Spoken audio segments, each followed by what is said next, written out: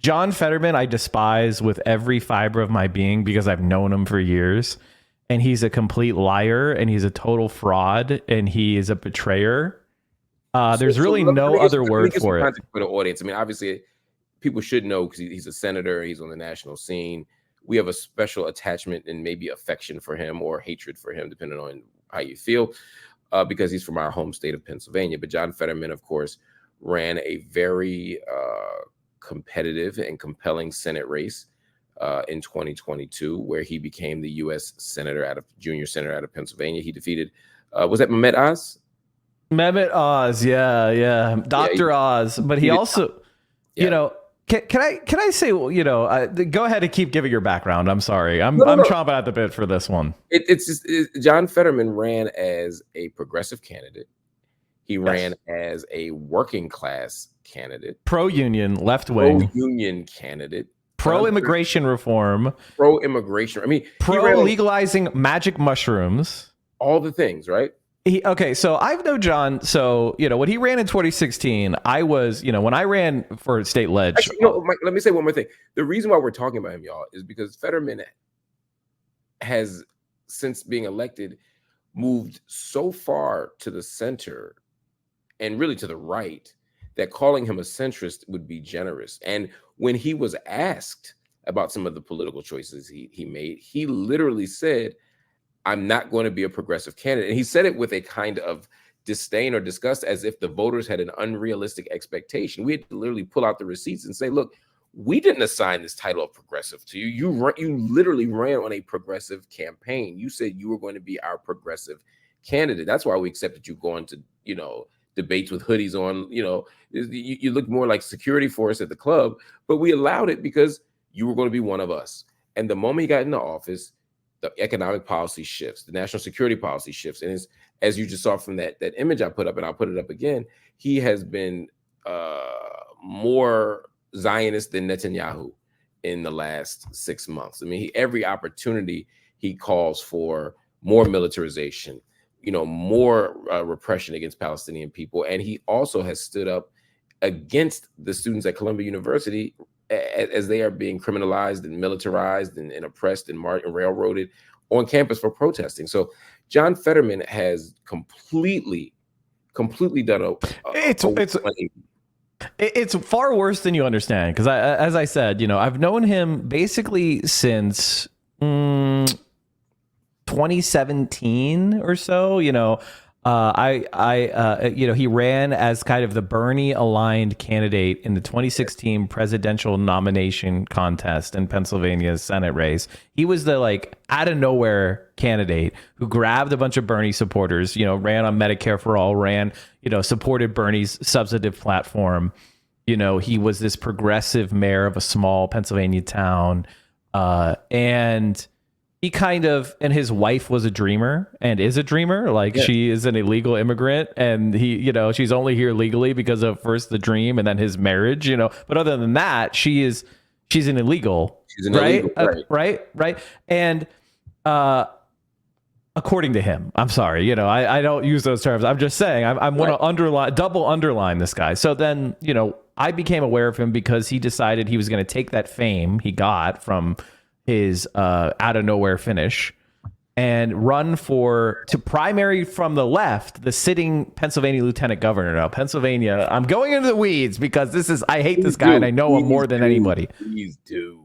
So I helped support his primary of this sitting Pennsylvania, you know, lieutenant governor. And the way Pennsylvania works is kind of weird, is that the lieutenant governor and the governor run as a ticket in the general election, but they run separately in the primary. Like the governor doesn't pick his lieutenant governor in Pennsylvania. The voters pick, the primary voters pick the governor and the lieutenant governor. So he primaries the sitting lieutenant governor from the left. He wins on this like pro-trans rights, pro-marijuana legalization. He's going to visit every county in Pennsylvania to argue in favor of marijuana legalization.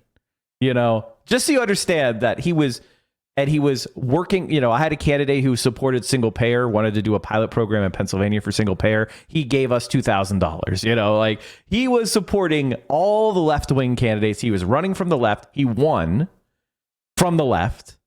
And So he got into the lieutenant governor's mansion. He was extremely in favor of pardons and paroles as lieutenant governor. So he showed his bona fides. He was flying a trans flag from the Pennsylvania Capitol Rotunda. He was, imagine, instead of doing the annoying shit with the Israeli flag, he was doing annoying shit with the trans flag and dunking on Republicans.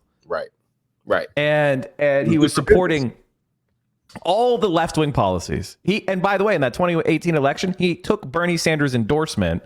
He launched his campaign from Philadelphia with Bernie Sanders as his endorsee. Okay, I want you to be very clear that he ran as a creature and as a person of the left. Unequivocally. If you go back to his campaign videos, he has a video on immigration where he says immigration is our strength. He has a person with spread out a Muslim prayer rug and pray toward Mecca as part of his campaign ad on immigration. Okay, he couldn't have signaled any more to the left. Okay, it's as simple as that. And what happened is there was a bunch of things that happened in the 2020, 2018, 2022 races with DMFI, which is Democratic Majority for Israel. They started pumping a lot of money into anti-Bernie shit. They ran an ad in Iowa after Bernie Sanders had like that heart attack. They ran an anti-heart attack ad against Bernie. And now Joe Biden has had 2 brain aneurysms, folks. Yeah. Was there a brain aneurysm ad? I didn't see the brain aneurysm ad. So these are the scum of the earth. These are the worst people on the planet. These AIPAC monsters. And they ended up defeating Nina Turner in a race in Ohio, basically by running ads nonstop of hers, because she had said voting for Joe Biden was like eating half a bowl of shit, or voting for Donald Trump is like eating a full bowl of shit. And they were basically just running that on repeat. She's not a real Democrat. She hates Joe Biden. She's going to undermine him against the Republicans. Blah, blah, blah, blah, blah. Not a team player. And the people who voted Democratic primaries are people who are really strongly emotionally attached to the Democratic Party. So that's not good for you if somebody has that angle. And they spent $5-10 million and they got her. They beat her barely, but they did it. Oh, did I lose you? No, it's me. So okay. Let's answer. Sorry for this long thing, but I just get into it. But I think basically he sold out because he was scared and he's a pussy. So that was actually where I was going next. The question is he a con man, or is he just a coward, or is he a useful idiot? He's both. And he's both. Like at this point, it's one thing if he had just supported Israel like every other Democratic senator and just been quiet about it and kind of had shitty votes, but not draw attention to himself. But he drew attention to himself basically as a way of smearing our faces in it. You know what I mean? Of being like, you trusted me, you believed I was a progressive, you fucking loser. And that kind of maneuver is intentional. That is I want that corporate money. I want that AIPAC money. I am not on the left anymore. I know I got here on the left, but I'm here to make up. I'm here to sell out. Well, it seems it's the same. It's a Kirsten Cinema playbook. I got fooled. It's okay. I got fooled. A lot of us got fooled, but don't be confused. Well, listen to this. At least 14, according to The Intercept and some investigative journalism here, his campaign is attracting new Republican donors since October 7th, since he is, as you pointed out, stood so steadfastly with the Jewish ethno-state of Israel.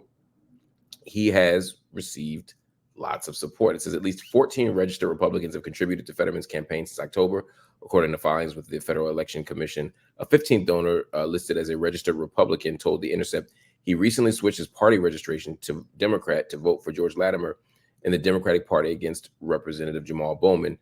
3 of the donors gave to Fetterman's last campaign for Senate.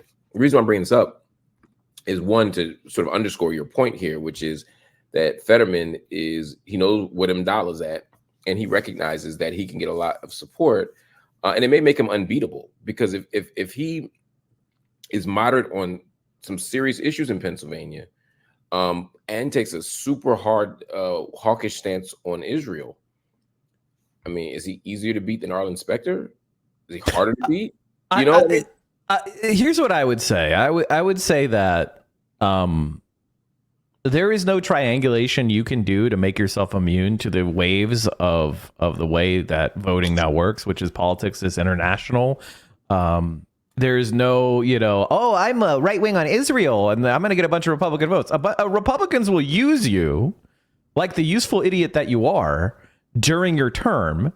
They'll give you money because, by the way, just giving you money now, okay, they're billionaires. Who gives a f about 20 grand? Yeah, right? But you give him 20 grand now. Well-funded, but Mike, if he's well funded, look at Kirsten Sinema.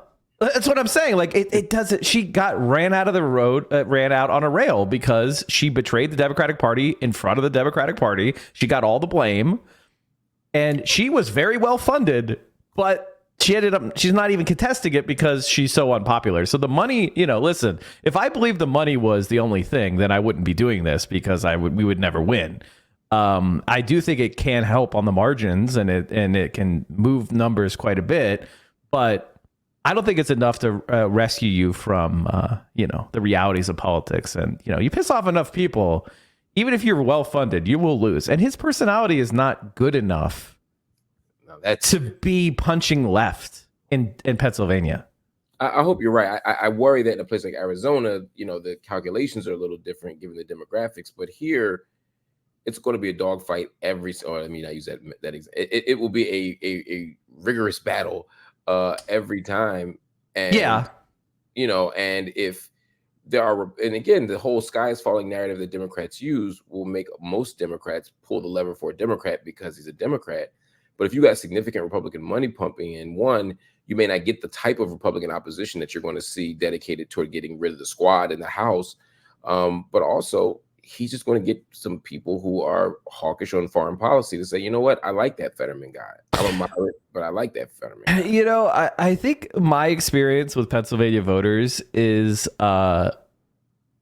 Israel is not what they're voting for. It isn't, many of them. I mean, there are populations of people that have every issue is their number one issue, right?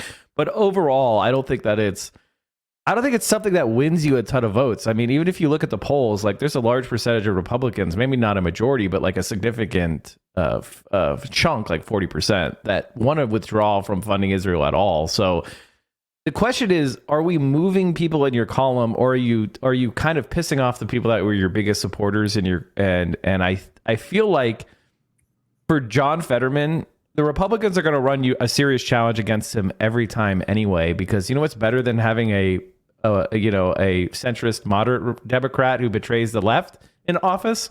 A Republican, right?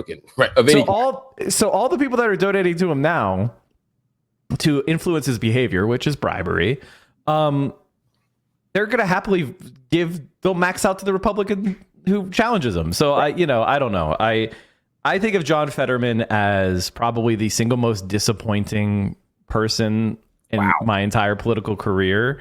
I legitimately thought that he had a strong, like before the stroke anyway, I thought he had a strong possibility of being a presidential contender. Really? Yeah, I did, because I had known him. Like he was actually he was a decent speaker, and he knew how to link up progressive people with like more ancestral Democrats. He had a way of appealing to a certain type of demographic that has not supported, wasn't very strong supporters of Hillary Clinton or Barack Obama, but a lot of them were interested in him. And you can see that if you go and look at like the way the numbers turned out. He performed quite well, actually. It was the only flip for the Democrats that that was a good campaign for him. He did well.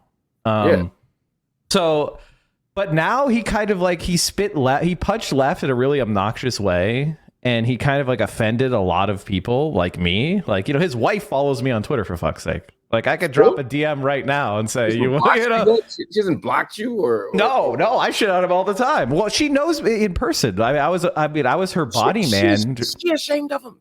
Is she embarrassed? I've been pondering. I've written so many DMs and deleted them, because I was her body. Let me tell you this one little story. I was a body man for her. We went to a Syrian club in Allentown, Pennsylvania. This is when like Syrians were coming into the country because of the conflict. And I was there, you know, as she was like kind of talking about her experience as an immigrant, as a refugee. Do you understand how much he has betrayed utterly all those people? And that was his wife. And she was not fake. You know, she ran a free store in Braddock, Pennsylvania, which was like, you could come in and just take whatever. Like, it is mind-boggling how John Fetterman has utterly betrayed. I mean, it really was betrayal. It wasn't just like, oh, all politicians. No, this was like a very personal, very intentional, malicious mask off moment. Like, ha ha ha ha, I tricked all these people. I was faking it all along. It is wild. Sociopath shit.